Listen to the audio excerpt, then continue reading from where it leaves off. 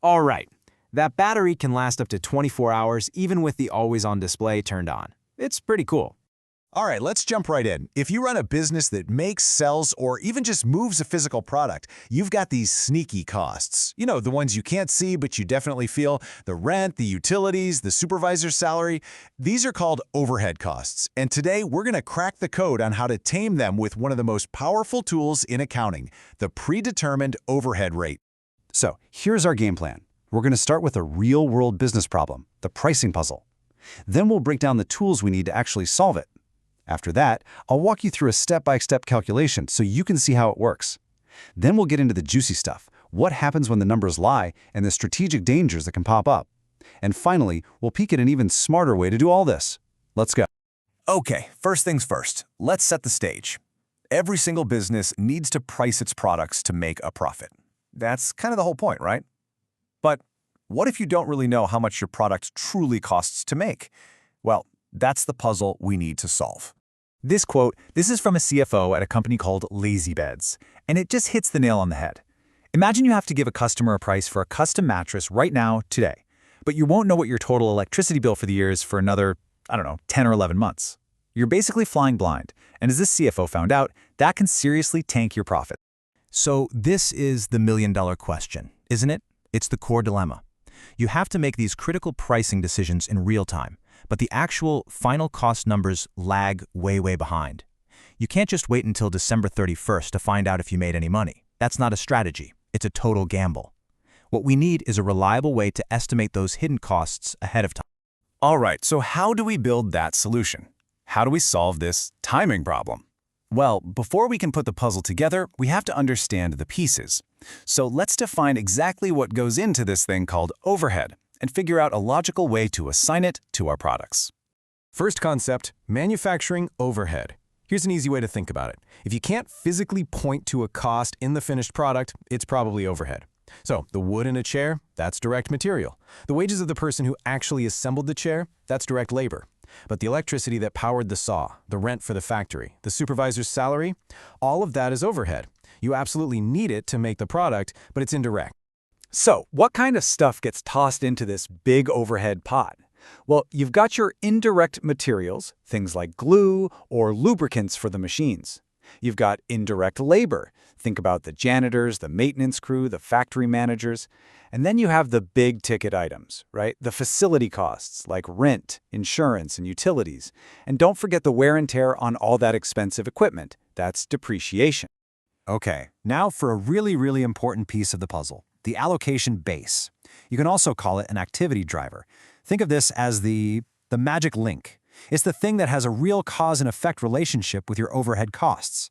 So, for example, in a factory that's full of robots, running the machines more machine hours, directly leads to higher electricity bills. So machine hours would be a perfect allocation base. The absolute key here is to pick a driver that actually drives the costs. And here it is, the formula that ties it all together. It's really beautiful in its simplicity.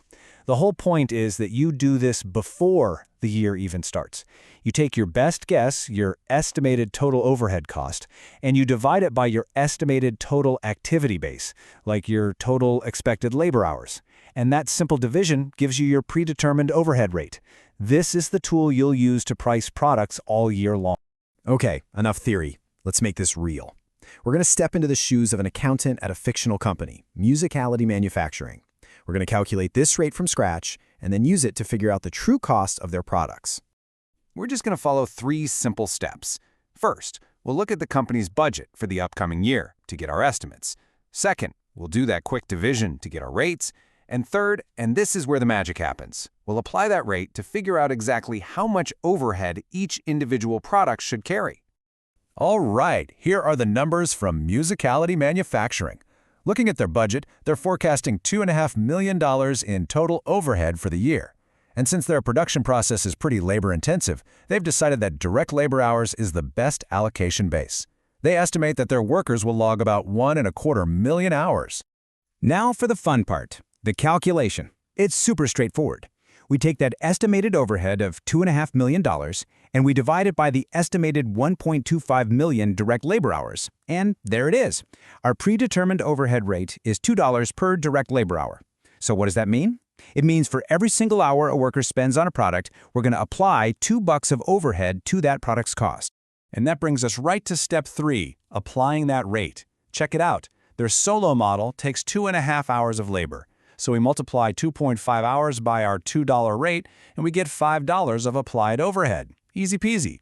The orchestra model is more complex. It takes 4 hours, so it absorbs $8 of overhead. You can see how the system is both logical and consistent. Boom. Here's the big reveal. This is where it all comes together. We take our direct costs, the materials and labor we already knew about, and we add in our newly calculated applied overhead. And just like that, we see the total cost per unit. The solo product doesn't just cost $13.50 in parts and labor. Its true full cost is $18.50. Now Musicality can set its prices with confidence because they've finally accounted for all those hidden costs. Okay, so we've got this awesome, powerful tool. But what happens if we use it wrong? What if our estimates are way off, or if our basic assumptions are flawed from the start? This, my friends, is where accounting stops being a simple calculation and turns into a high-stakes, strategic game. Look, at the end of the year, our estimate is never going to be perfect. It's just not possible. If our actual overhead costs ended up being higher than what we applied to our products, we call that underapplied. And that's an unfavorable surprise, because it means our products were actually more expensive than we thought. The flip side, overapplied, is favorable.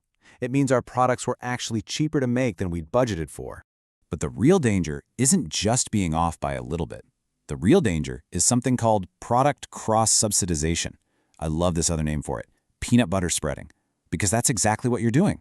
You're taking one giant glob of overhead costs and just spreading it evenly over everything. The result? Your simple, easy-to-make, high-volume products get loaded with too much cost, and your complex, custom, low-volume products don't get enough. This is a disaster. You end up thinking your winning products are losers and your money-losing products are stars. And that bad decision-making leads to a truly terrifying phenomenon called the death spiral. It sounds dramatic, but it's real. Let's walk through this nightmare. Step 1, management looks at the numbers and sees that product A looks unprofitable because it's carrying a ton of overhead. So they decide to drop it. But here's the catch. A lot of that overhead, like the factory rent, is a fixed cost. It doesn't just vanish because you stop making something. That same cost now has to get spread over the remaining products. Suddenly, they start to look unprofitable. So management raises prices, customers leave, and the cycle just keeps repeating itself until the whole business is destroyed by its own bad accounting.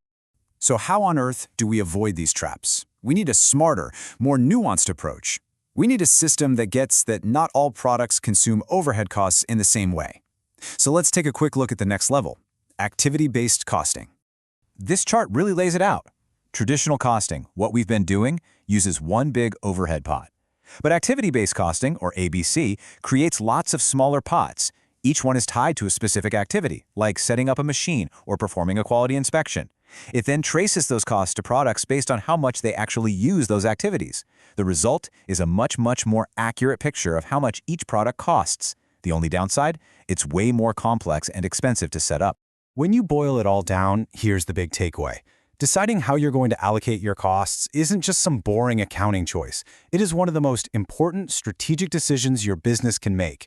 It directly impacts your pricing, it influences what products you promote, and it can literally be the difference between knowing who your star performers are and accidentally killing them off. And that brings us to our final question for you to think about. The predetermined overhead rate is a fantastic and totally necessary tool for solving that timing problem in accounting. But if you're not careful, it can tell you a very convenient lie.